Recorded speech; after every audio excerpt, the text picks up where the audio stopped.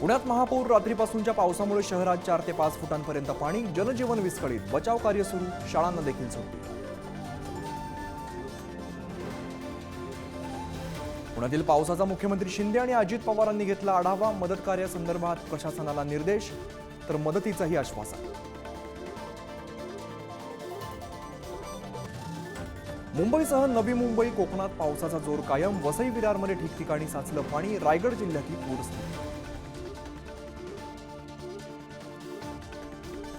ठाणे कल्याण डोंबिवलीमध्ये सुद्धा पावसाची तुफान बॅटिंग. उल्हास नदीने इशारा पातळी ओलांडली.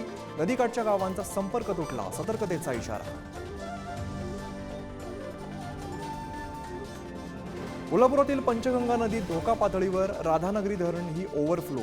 कोल्हापूर रत्नागिरी महामार्गावर पाणी वाढलं. सांगली सातारात ही धुवाधार. विधानसभेसाठी राज ठाकरेंचा स्वबळाचा नारा. 225 ते 250 जागा लढवण्याची घोषणा. काहीही झालं तरी विधानसभेत मनसेची लोक हवीत, राज ठाकरेंचा निर्धार.